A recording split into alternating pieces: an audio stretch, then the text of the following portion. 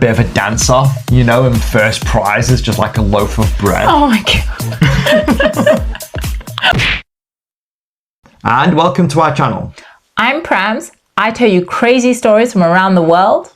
And I'm Dan, and I butcher those stories. So if you're into that kind of stuff, like and subscribe. And with that, let's get on with our story. It's the summer of 1518 in Strasbourg, France. Strasbourg in 1518 is not a good place to be. Famine, disease, crop failures. People are starving.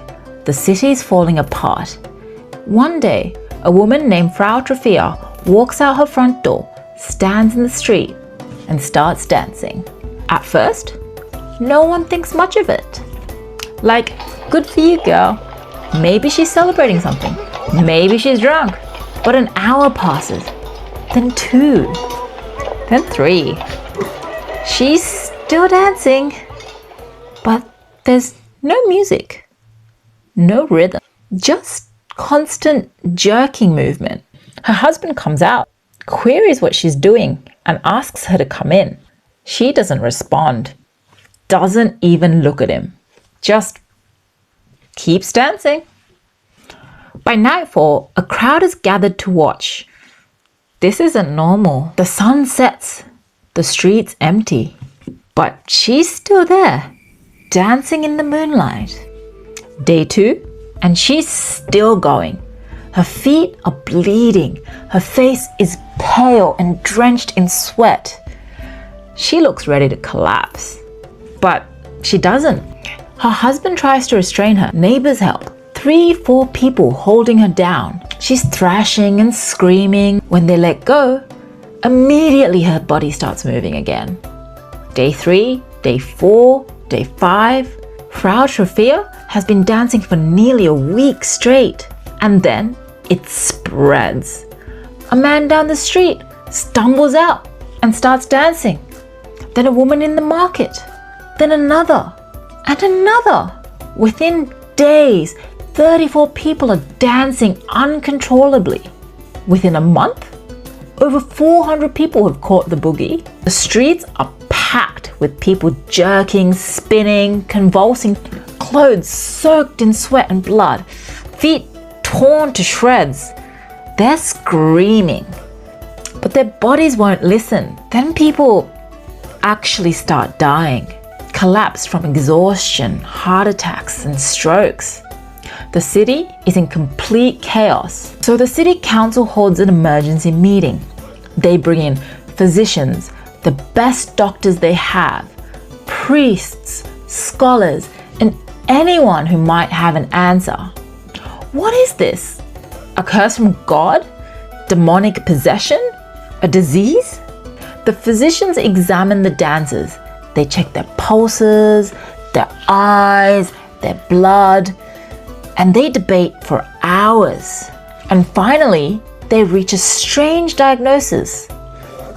Hot blood. See, medieval medicine believed in 4 humours: blood, phlegm, yellow bile, black bile. If these got out of balance, you got sick. Physicians say these people have too much heat in their blood, too much energy trapped inside, and that energy is forcing them to move. The cure? They need to let it out, which means they need to keep dancing until the hot blood is gone. So the city council has made their decision. They're going to make them dance more. So we'll pause the story there and let me know if you have any thoughts. So yeah, I've got a few notes actually. So what was she high on? The plague? I mean, we don't know. What I think happened, my hypothesis so far, is that she walked outside and it's famine, right? And her belly rumbles. But it rumbles probably a bit louder than usual. And she's like, she's like, these beats are fire. And then all of a sudden, like, Other people come in and now it's an orchestra of ballet rumbles. You know, there's like beatboxing going on. You know, like, oh, these beats are fresh. This is... And then they have a bit of a dance off, you know, and first prize is just like a loaf of bread. Oh my God. And then I guess the government's seeing this and like, oh, this is a bit fucked, isn't it? Hey, let's turn it into an event ran by the council. And then they start putting posters up, you know, event to die for, you know, early bird ends soon. They got influencers with scrolls, like discount hot blood, 20% off. So, here's what they do to try and cure this affliction. They hire carpenters to build wooden stages in the town square, big platforms where the dancers have room. Then they hire professional musicians and they hire professional dancers, like healthy dancers, to dance alongside the afflicted, to encourage them to keep on moving. The stages go up, the music starts, and it makes everything worse. The music seems to feed whatever is controlling them. By the end of the first week of this trial cure, over 15 people have passed. 5 weeks go by like this. Then another emergency meeting is called. The pressure is mounting. So at this meeting, a priest stands up. He has a different theory. This is the curse of Saint Vitus. Saint Vitus was a Christian saint associated with dance and motor disorders. Legend said he could both cure and inflict a dancing curse on sinners. The priest argued that Strasbourg has been wicked and the people have sinned. The council, desperate and out of options, agree. They immediately shut down the stages. Then they organize a pilgrimage. All afflicted will be marched to a shrine dedicated to Saint Vitus in the mountains, about 10 miles away. When they reach the shrine, a small chapel on a hillside, the priests get to work. They make each dancer wear special red shoes that have been blessed. They place wooden crosses in their hands, sprinkle holy water, burn incense, and chant scripture. Some dancers are tied down to keep them from moving during the rituals. Then they start exercising these dancers, and it goes on for hours. And slowly, one by one, the dancers begin to stop. A woman who's been dancing for 6 weeks suddenly goes still. She collapses to her knees, sobbing. Frau Trofea, the woman who started it all, she stops too. She sleeps for 2 days straight. By early September, the dancing plague is over. The survivors are taken back to Strasbourg, weak and traumatized, but alive.